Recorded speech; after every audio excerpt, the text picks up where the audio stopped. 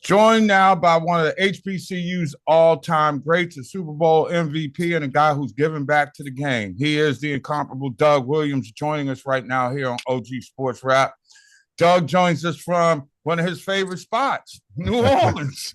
Well, it should be everybody's favorite spot, New Orleans. Count me in that number. I'll even give you a name of a new restaurant you might not have been You're to here probably yet you're before probably we get right. up out of here. But real talk, you're down there doing some give back, if you will, as one of the people who are helping to put together the annual HBCU Legacy Bowl, which really does give Black college football players a platform to at least state their case so why they should be considered a draft pick. And Doug, as you watch this event evolve, how have you personally seen it grow? Well, James Harris and I, we co-founders of the All-State Legacy Bowl, and we certainly are proud of it because this whole process was about giving our young guys an opportunity to show what they have left. If it's worthy of going to the National Football League, and James Harris and I, we talk all the time, and we both believe that there are enough guys here that deserve an opportunity. Whether you draft them or not, you'd like for a couple of them to be drafted, which we think that should be. But if not, at least give them the opportunity as a free agent or something to make a football team. So that's one of the biggest reasons why we do this is to give them an opportunity. Because, as the All-Star games come along after the season, very, very few of our guys from HBCUs get an opportunity to play in those games as far as being invited. Very few of them get a chance to go to the Senior Bowl, the East-West game, the Combine don't get an opportunity to go there. So we felt like with this game, All-State Legacy Bowl, would give them another option. Everybody's not going to get in it. It's about choices. It's about what your season was like during the season, whether or not you made All-American, All-Conference, and a lot of it has to do with your play. Sometimes these all-conference teams are not really stabilized because everything is political, But Yes. we look at it from that standpoint. We try to choose. We got a committee that get an opportunity to watch some of these guys, and we try to choose the best guys that we see fit. Not that we're right all the time, but we do the best that we possibly can. Doug, it's changed so much since you were in school. There was no opportunity like this for you guys. Can you take the audience through what your walk was like to finally get a spot where you were up under center, much less win a Super Bowl? Well, and I go back to my time. I think it's unfair to these guys because I was lucky. I was lucky that I got an opportunity to play in the Senior Bowl. I got an opportunity to play in the East-West game, where a lot of guys did not get that opportunity. And I think that's where, when you talk about this game now compared to back then, I think that the game today, if we had this game when I was coming out, it would have been great because we'd have had so many more guys drafted on the opportunity to play in the league because a lot of guys didn't get that opportunity that really, really should have, that was deserving, that didn't get that break that I got coming out, And that's one of the reasons why we did this, because there's so many guys that didn't get it back then. And we don't want these guys today to miss an opportunity. If you deserve to be in the league, we want at least to showcase you and you go out in the field and prove that you belong. Have you noticed that there is interest from like the XFL type of organizations as well for the talent that's there? Because that's another pipeline that seems to be a new way to get at least an opportunity to go to somebody's camp the following season. Well, let me say this. As of yesterday and today, we had 23 scouts from the National Football League, and we had 3 other scouts from the Canadian League. I think the USL right now is in season, so I don't know whether they scouts are out or whatever looking, but we do have scouts from the NFL and the Canadian League, and giving these guys a look-see. And that's all you can ask for, look-see, but be fair with what you see. When you write the report, make sure you don't grade the school, but grade the player. I think that's the most important thing.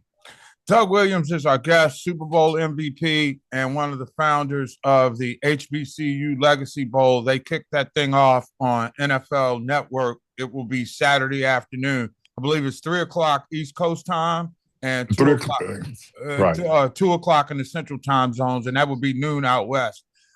Really, some of the diamonds in the rough in college football are in this game.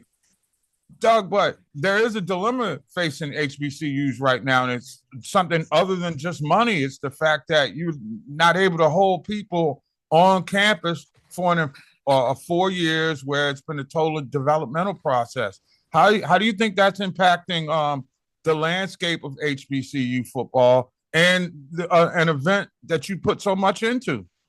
Well, when you look at it realistically, everybody losing players every year, but I think when you pinpoint the HBCUs, the players that they're losing are usually the top players on their team, and but my mindset on that, and I said if I was young enough to go back to coaching in college, I would look at it from a different perspective, because at the end of the day, if a young guy got a chance to make money. Not that all money is good money, but if he got a chance to make some money, it's hard to tell him he should not go. You and I both know you can't tell a 17 or 18-year-old or 20, 21-year-old that somebody gonna pay him $100,000 or $250,000, whatever they pay him. That no, you can't go there, and you don't have that kind of money to pay him to stay. I feel like in the HBCUs, we got to have a different way of coaching.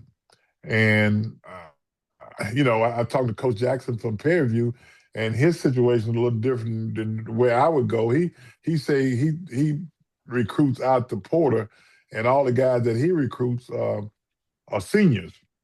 I think for me, and this only me, not for everybody else.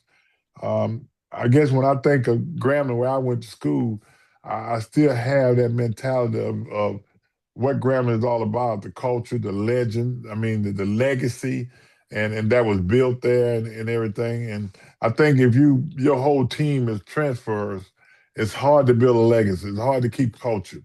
And I think what you got to do is go out and get some young guys that's not 5 or 4, 3 stars, and but got that upside to them, and let them come and play and train. Now at the same time, you go out and you get you some veterans, some porter guys, and bring them in and mix them in. But you can't have a whole team to meet. So that's just only my opinion. A whole team of transfer, because you lose all the historical standards of what your university was all about when you do that. Doug, as we continue to move it along with Doug Williams, who is a legend of HBCU sports. He's also one of the founders of the All-State HBCU Legacy Bowl. Check it out, Saturday afternoon, 3 p.m. East Coast time, noon out west, to see some of the finest HBCU players in the world. And I'm just thinking about it. When you played, and I was thinking Portal and your time in the SWAC. All right, let's just be real for a second. Woo, if you because you went up against Hall of Famers. You were, I mean, I don't think people really appreciate, and that's why I got my platform, dog. So people can fully appreciate what you were doing back in the day. That was just like mythic kind of stuff that nobody could see. I mean, you think about the Porter today, and I can remember as a freshman, I had the opportunity to play against Walter Payton, Robert Brazile, Jackie Slater, and guys like that, man, as a freshman. I can't even imagine if that Porter was alive then, I probably wouldn't have got a chance to play against them guys. I probably wouldn't have been playing against them guys, because, we all come from that background, and there wasn't a lot of money involved. And it'd been hard to turn down the money back then. And I'm so glad I played during a time when you went to college, you went to your institution, your school, and it was about the legacy and the culture that you left there. When you think about Jackson State, you're going to always think about Walter Payton. You think about Graham, you're going to think about Buck Buchanan, Ernie Ladd, James Harris, Doug Doug Williams. Williams, Sammy White. You're Yeah. going to do that. But now, these young guys, it's crazy. Like now, our teams, these two teams that are in this game, Robinson and Gaither. Mm. And today alone, one of the players asked Coach Chenny Berry, why are we Gaither? Who is Gator? Why are they Robinson? Had no idea. And and Wow. and that and that's real. That is real because With when you get a Upland. bunch of transfer in, they don't know who Eddie Robinson is. They don't know who Jay Gator is. And what we told him then that we have failed the young guys because when we bring them in here on the first day, when we sit down and we talk to them, I think it's up to us to tell them exactly why you Robinson and why are you a Gator. Let them know who are these guys, and let them know the history of those two individuals. And for the record, we got a lot of people who are probably tuning in right now who don't know the history of one Eddie Robinson, who was Grambling coach that left with the most wins in college football history when he retired. There was nobody better. Before there was Right. Nick Saban, there was Eddie Robinson. Ain't no question. Let's just keep it real, or as they like to say, keep it a buck. And Jake Gaither was just something phenomenal at Florida A&M. I mean, he built that program into a program that could win the first one AA National Football Championship under Rudy Hubbard. That's That's right. how they got down at Van. And one thing, his motto has always been mobile, hostile, and agile. And agile, yep. and isn't that the recipe for the kind of football player that you want to have on your team? And anybody who's playing football and winning football, they better be hostile. They better be mobile and agile in order to play to become that player that you need. And generationally speaking, do you sense the work ethic has changed? Do you sense a lot of the privilege that a lot of other coaches have spoken about in terms of dealing with the type of personality you have to be able to mesh with as a coach these days? Yeah, I think that's one of the biggest thing about the HBCU is today is the attitude of the players that you're coaching.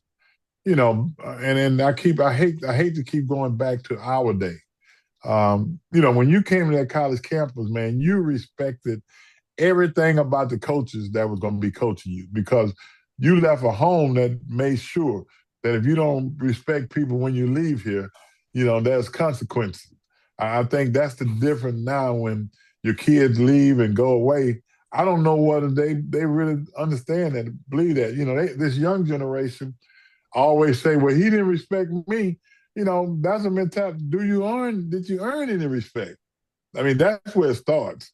It's hard to get respect when you don't earn any. I think the coaches today at the HBCU does have a tougher time maneuvering and making sure that he's on the right track because now whatever you say, everybody listen. Everybody want to know, what did you say? It's hard to say the things that they say back in the day as a coach today, and you got to be careful to what you say. Yeah, because we see earlier this week that a coach who didn't even go off at Kansas State, but they were like, we're going to fire you for cause because you brought unwarranted, attention to our program. And that's not good for us. I'm going to pause for the cause right here, Doug, and we'll come back on the other side because I want to talk to you. People look at you as the Super Bowl champ, but you grinded your way up the scale to get your head coaching job at Grambling. I want to talk about the landscape of, coaching hires at the HBCUs on the other side as we continue to roll with Super Bowl champion Doug Williams, formerly of Grambling State. It is OG Sports Rap on the network. I'm Professor G. Download the mobile app. We're all we got. All right. We will come back now in 5, 4, 3, 2, and